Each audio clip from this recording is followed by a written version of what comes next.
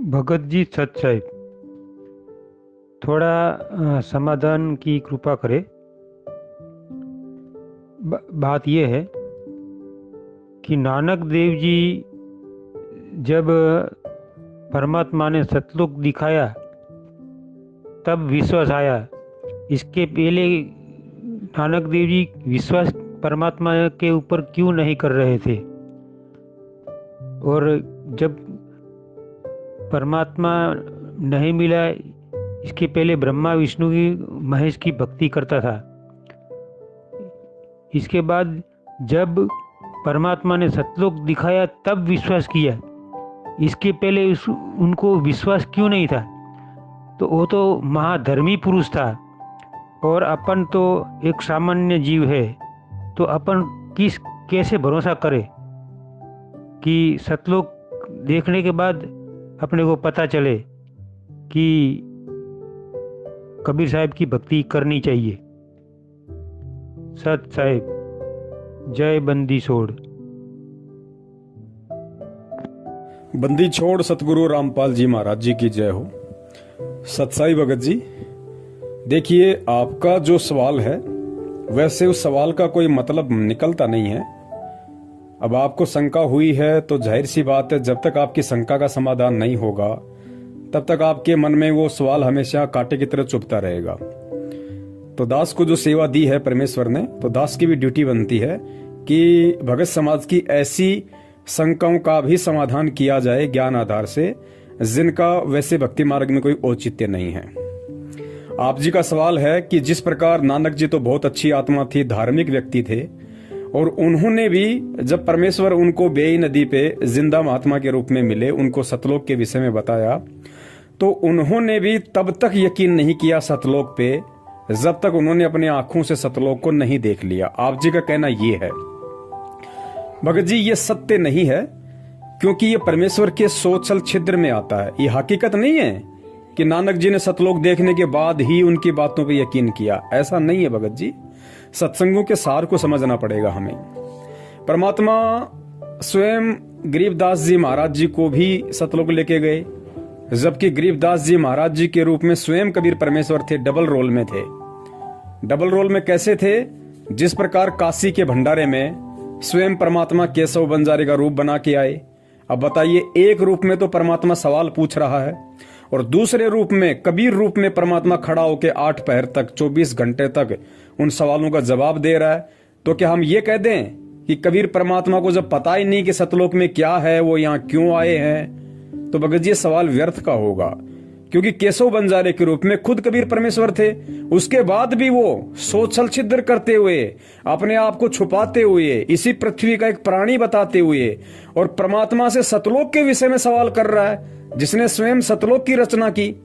तो भगत जी, हमने परमेश्वर के सत्संगों के सार को, इन संकेतों को समझना पड़ेगा कि ऐसे खेल, ऐसी लीलाएं परमात्मा क्यों करते हैं। 650 साल से लेके आज तक और 650 साल से लेकर पहले के 3 युग, द्वापर, त्रेता और सतयुग में परमात्मा जिन जिन रूपों में आए और जो जो खेल परमात्मा ने किए, जो जो लीलाएं रची, वो भगत जी सारी की सारी लीलाएं, और 650 साल से लेके आज तक जो जो परमात्मा ने लीलाएं की हैं, वो सिर्फ आप और हम सब कलयुग की इस बिचली पीढ़ी में उत्पन्न आत्माओं के लिए की हैं।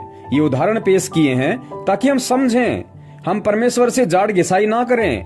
जब गुरुदेव साक्षात वो परमात्मा संत रामपाल जी महाराज जी के स्वरूप में सन 1951 में पृथ्वी पे प्रकट होगा, फिर आगे चल के इस पंथ में प्रवेश करेगा, अपना ज्ञान प्रचार करेगा, हमें समझाएगा, तो उस समय संत रामपाल जी महाराज जी को इन सारी बातों को लेके दोबारा से रिवीजन ना करना पड़े, उनको बात बात पे हमारे साथ में वाद विवाद ना करना पड़े, तर्क वितर्क ना करना पड़े, इसके लिए परमात्मा ने आज से पहले इतने पापड़ बेले थे।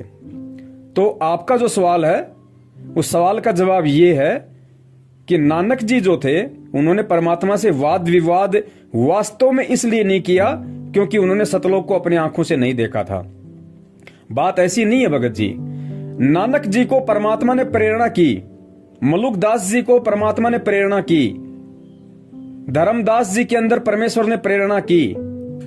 ये सारे के सारे जो खेल थे, इन आत्माओं में प्रेरणा करके और परमात्मा ने अपनी मर्जी से उनको सतलोक दिखाया। सतलोक दिखा के फिर वापस छोड़ा, फिर उन सब बातों को साहित्य में लिखा। क्यों? केवल आप और हम आत्माओं को ये यकीन दिलाने के लिए, ये विश्वास दिलाने के लिए कि वास्तव में सतलोक है, वहां पे परमात्मा है, वहां पे सारी सुख सुविधाएं हैं। केवल आप और हम आत्माओं को ये सब कुछ समझाने के लिए, ताकि फिर बात बात पे हर भगत को ये ना कहना पड़े और हर भगत ये ना कहे कि मुझे सतलोक दिखाओ, जब तक दिखाओगे नहीं तब तक मैं मानूंगा नहीं। और भगत जी जिनको दिखाया, क्या उन्होंने मान लिया? हजरत मोहम्मद जी को परमात्मा सतलोक लेके गए, क्या हजरत मोहम्मद जी वहां रहे? इतने सुख होने के बाद भी नहीं रहे ना, क्योंकि उनको ज्ञान नहीं था। बिना ज्ञान के वो सतलोक के सुखों को भी फीका समझ रहे थे। तो भगत जी ये जितने भी लीलाएं परमेश्वर ने की हैं, ये लीलाएं परमात्मा ने जानबूझ के की हैं, उन आत्माओं के अंदर ऐसी प्रेरणा करके की है ताकि ये उदाहरण बने, एग्जाम्पल बने। मुझे कलयुग में हर प्राणी को सतलोक दिखाना ना पड़े, हर प्राणी मेरे से ये सवाल ना करे। इसके लिए परमात्मा ने पूर्व के समय में उन सभी आत्माओं को पहले सतलोक दिखाया और फिर वो साहित्य में लिख दिया। वो पक्का प्रूफ हो गया कि हाँ सतलोक है, परमेश्वर झूठ नहीं बोल रहे। इन किताबों में, वेदों में, गीता में जो लिखा है वो झूठ नहीं है। वो भगत जी हमारे को यकीन दिलाने के लिए परमात्मा ने ये सारे खेल रचे थे भगत जी। तो हम ये नहीं कह सकते कि नानक जी ने जब तक सतलोक नहीं देख लिया तब तक उनको परमात्मा पे विश्वास नहीं हुआ। ये कहना हमारा गलत हो जाएगा, क्योंकि हमने इसके पीछे के रहस्य को समझना पड़ेगा। इसी को तत्व ज्ञान कहते हैं भगत जी, ताकि हम आज उस परमात्मा से बात बात पे ये जिद ना करें कि मुझे सतलोक दिखाओ, मुझे सतलोक दिखाओ। और दूसरी बात, आपके सवाल का जवाब परमात्मा ने अपने सत्संगों में दे रखा है कि भगत जी हमने विश्वास करना पड़ेगा। अगर हमने गुरु बनाया है तो हमने फिर गुरु के प्रत्येक वचन पर विश्वास करना पड़ेगा। जिस प्रकार गुरुदेव ने बताया कि एक पिता अपनी बेटी का रिश्ता तय करके आता है और घर आके बताता है कि भाई लड़का 6 फुट का है, लड़का गोरा चिट्टा है, लड़का ये नौकरी करता है, इतनी जमीन है, इतने सारा सब कुछ है, तो वो घर पे आके बताता है। तो गुरुजी ने बताया जो समझदार जो लड़की होती है वो अपने पिता से वाद विवाद नहीं करती कि नहीं जी मुझे तो दिखा के लाओ, पहले पता नहीं आप कह रहे हो सच है झूठ है भी या नहीं है, आपने रिश्ता तय भी किया कि नहीं किया, आप झूठ बोल रहे हो सच बोल रहे हो, मुझे तो दिखा के लाओ लड़का और उसका घर दिखा के लाओ। तो ऐसी बातें वो लड़की करेगी जिसके पास में अच्छे संस्कार नहीं है और जो लड़की कुचरित्र की है या जो मंद बुद्धि है, जो अज्ञानी है।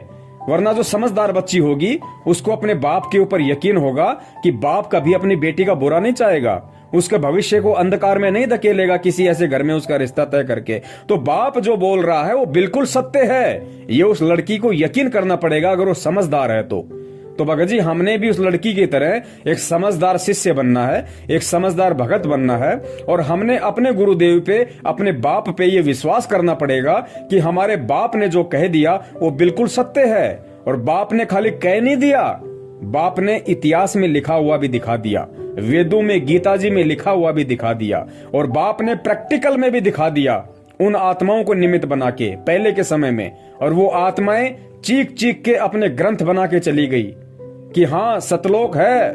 गरीबदास जी महाराज जी ने कहा कि हम देखा सो सांच है और सकल परपंच। नानक जी ने गुरु ग्रंथ साहब लिख दिया सतलोक में कैसे नर नारी हैं, कैसा वहां का व्यवहार है, कैसा वहां का वातावरण है, क्या सुख है, सारी बातें तो लिखी हुई है। अब आज हम कहें कि साहब जब तक हम नहीं देख लेंगे हमें विश्वास कैसे हो? तो भाई ये तो फिर आपकी अपनी मर्जी है, इसमें किसी के साथ कोई जबरदस्ती नहीं है। जिसको ये भक्ति ज्ञान समझ में आएगा वही टिक पाएगा, अन्यथा सतलोक देखने के चक्कर में भाई लगे रहो।